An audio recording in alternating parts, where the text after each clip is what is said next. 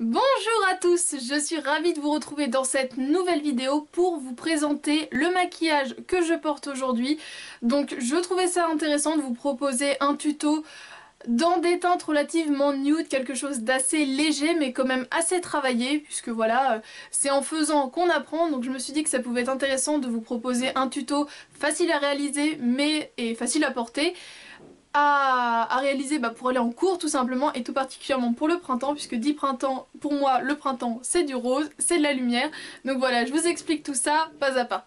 Alors pour le fond de teint, je vais en prendre un de chez Bourjois, c'est donc le Healthy Mix Sérum, fond de teint gel, booster d'éclat 16 heures, teint unifié et ravivé, donc c'est en teinte 51 vanille claire, donc c'est tout simplement le plus clair de chez Bourjois.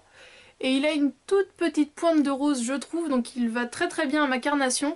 Alors j'aurais également pu utiliser une bébé crème, mais je trouve qu'un fond de teint a quand même une tenue un peu plus costaud, et pour les cours on n'a pas forcément l'occasion de faire des retouches dans la journée, donc je trouve qu'il tient vraiment très très bien. Je vous ai pas fait de vidéo première impression puisque c'est un fond de teint qui avait fait pas mal de bruit quand même sur YouTube à sa sortie.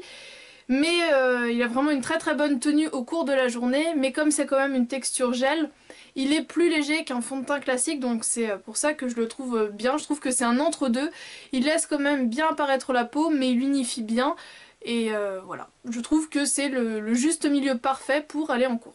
Vous pouvez appliquer le fond de teint directement au doigt avec une éponge ou au pinceau, donc moi je vais utiliser le 125 Stippling de chez Zoeva, parce qu'il me permet vraiment d'avoir un résultat très très naturel, donc j'adore.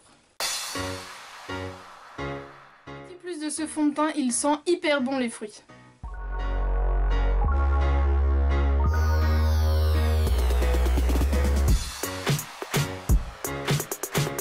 Avec son fond de teint surtout, on n'oublie pas de l'étirer jusqu'au lobe de l'oreille et de descendre dans le cou pour qu'il n'y ait pas de démarcation. Je passe maintenant à l'anti-cerne, donc je reste toujours chez Bourjois et dans la gamme Healthy Mix, donc cette fois-ci c'est la touche Healthy Mix.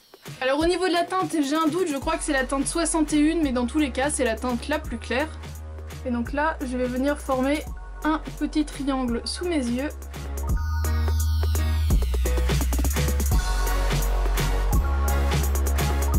Donc là encore vous pouvez soit l'estomper au doigt, au pinceau ou à l'éponge. Et donc cette fois-ci moi je viens prendre toujours un pinceau de chez Zoeva, c'est le 142, le Concealer Buffer.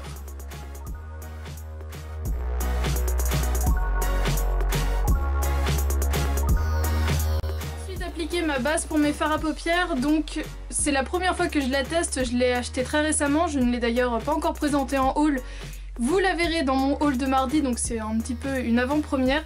C'est la nouvelle base de chez Catrice, c'est la Prime Fine, donc elle ressemble à ceci. Jusqu'à présent j'utilisais celle de chez Lorac que je trouve toujours aussi bien, mais je n'avais pas de base petit budget à vous présenter, et quand j'ai vu que Catrice en avait donc sorti une, j'ai sauté dessus, donc je vais l'utiliser pour la première fois avec vous. Donc ce que j'aime beaucoup c'est qu'elle se présente comme ça, comme un gloss, donc pour appliquer je trouve ça hyper pratique.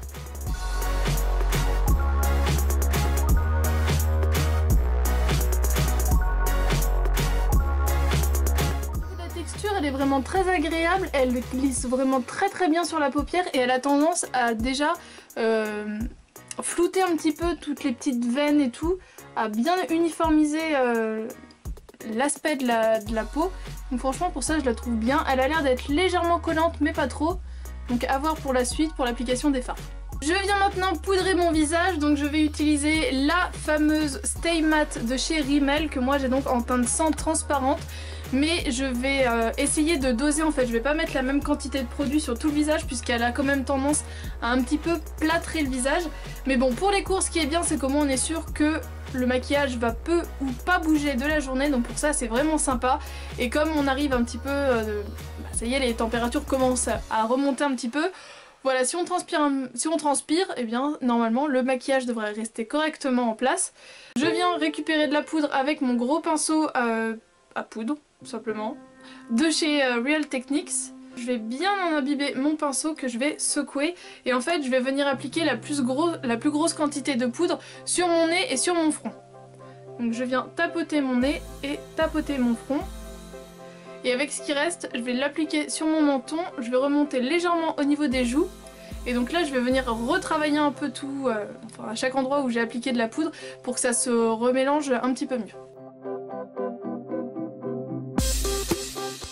Un petit peu dans mon cou, et comme il restera donc très peu de poudre sur mon pinceau, c'est à ce moment là que je viens en appliquer, enfin passer mon pinceau au niveau de mes paupières et légèrement sous mon œil. Je passe maintenant au maquillage des yeux, donc j'ai vraiment pris que des produits très petit budget et donc là je vais utiliser 4 fards à paupières individuels de chez Catrice, donc ce sont des fards qui de tête doivent coûter 3,19 € pièce, donc ça reste vraiment très correct et ils sont vraiment d'une très bonne qualité, très bien pigmentés et avec une base j'ai jamais eu de problème, enfin ils tiennent vraiment super bien. Je peux pas vous donner la tenue sans base puisque j'utilise vraiment une base systématiquement. Cette première couleur sur l'ensemble de ma paupière mobile.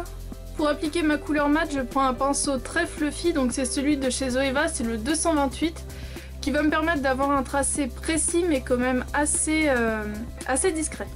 Je l'applique en coin externe pour en fait faire comme une ligne qui continue mes cils inférieurs. Donc première étape, et après je vais faire comme une forme de V qui va monter dans mon creux de paupière, donc jusqu'à à peu près la moitié de mon œil.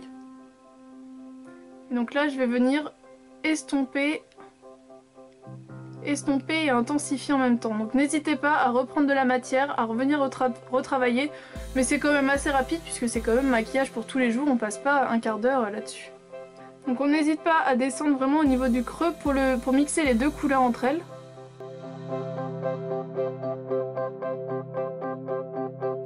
Ensuite un gros pinceau plat et donc mon fard beige que je viens donc appliquer sous mes sourcils. Je vais également l'appliquer en coin externe pour redonner un petit coup de propre. Définir un petit peu mon tracé. Et une fois que ça c'est fait, je viens prendre un pinceau estompeur pour flouter un petit peu tout ça. Si vous avez un peu de mal à estomper, surtout n'hésitez pas à reprendre un peu de fard beige avec votre pinceau estompeur et à vraiment travailler au niveau de la ligne, de la démarcation, pour flouter au maximum cette démarcation.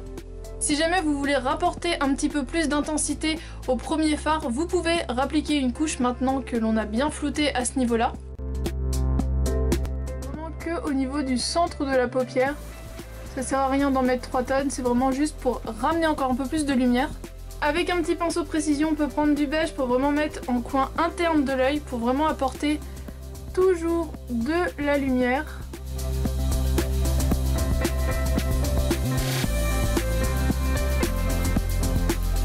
Pour terminer, le trade liner, donc je vous mettrai la référence de mon pinceau en barre d'infos. C'est vraiment mon pinceau liner préféré. Je trouve qu'il est précis mais en même temps très facile à utiliser.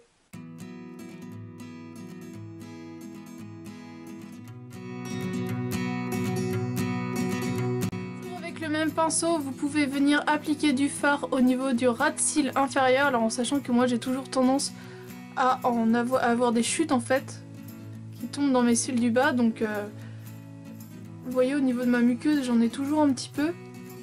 Donc au lieu de devoir nettoyer, eh bien je viens tout simplement intensifier. J'aime bien que mon œil ait l'air vraiment très réveillé, donc je viens nettoyer ma muqueuse avec un coton-tige pour retirer toutes les petites chutes qui ont pu venir s'y glisser. Et je vais appliquer un col de couleur chair en fait, donc c'est celui de Catrice. Et je l'aime vraiment beaucoup puisque je trouve qu'il tient vraiment très bien, ça fait déjà un bout de temps que je l'ai et il ne sèche pas. Alors maintenant, place au mascara, je vais commencer par appliquer le cil sensationnel de chez Je Mets. Je vous avais donc fait une vidéo sur ce mascara là et je vous avais dit que ça pouvait être sympa de le combiner au Rocket, qui est aussi un mascara très connu de la marque. J'avais fait des essais, j'avais beaucoup aimé, donc je vais vous montrer ce que ça donne. Donc je commence avec le sensationnel et donc vous voyez, je prends les picots les plus longs pour venir étirer au maximum mes cils.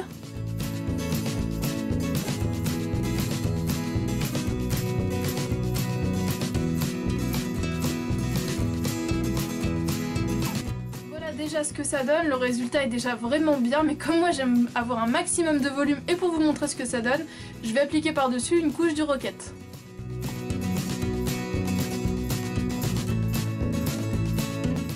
Moi j'aime vraiment beaucoup, alors après il faut aimer les styles qui font vraiment très dramatiques, mais là du coup j'ai de la courbure, de la longueur et du volume, c'est tout ce que je veux. Cet effet vraiment fossile au quotidien, c'est ce que je recherche, donc là je suis vraiment très contente. Et avec ce qui reste de produit sur la brosse, je vais venir tapoter au niveau de mes cils inférieurs. Si comme moi vous faites des petites taches de mascara, pas de panique, il vous suffit de venir frotter avec un coton-tige au bout de quelques secondes. Le mascara a séché et du coup tout est parti. Je sais pas vous, mais moi je trouve que ça fait quand même un avant-après assez fou. Je passe aux sourcils et donc mon ami pour ça c'est le Brow Drama de chez Maybelline que j'ai donc en teinte dark brown. Il est vraiment hyper pratique, son utilisation est très rapide, c'est précis, c'est tout ce que je recherche donc pour tous les jours c'est parfait.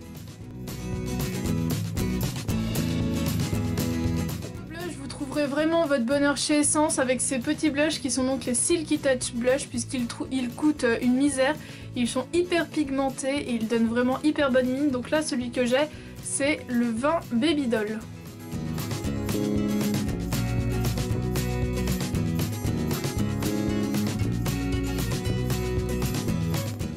Vous l'aurez peut-être remarqué au début de ma vidéo, je n'ai pas appliqué de baume à lèvres sur mes lèvres tout simplement puisque je vais venir appliquer un Baby Lips, le Dr. Rescue que j'ai donc en teinte Pink Me Up et je trouve que ces baumes à lèvres sont vraiment hyper bien, ils sont pigmentés, ils réparent bien les lèvres, franchement c'est enfin la gamme de Baby Lips qui fait ce qu'elle est censée faire, ce qu'elle promet depuis le début.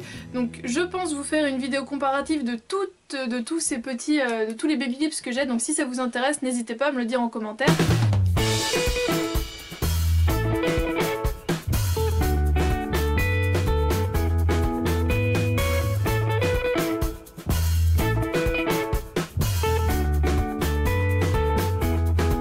Concerne les vernis, le printemps, je vous l'ai déjà dit, pour moi c'est synonyme de rose. Donc là j'en ai appliqué un de chez Kiko, c'est le 289 et c'est un vrai rose Barbie, un vrai rose pétant.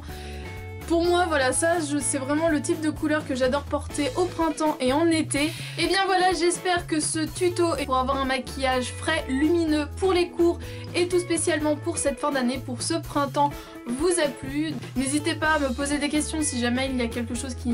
Enfin certains points ne sont pas très clairs, je vous répondrai avec grand plaisir. Je vous fais de gros bisous et on se retrouve donc mardi pour un haul. Ciao.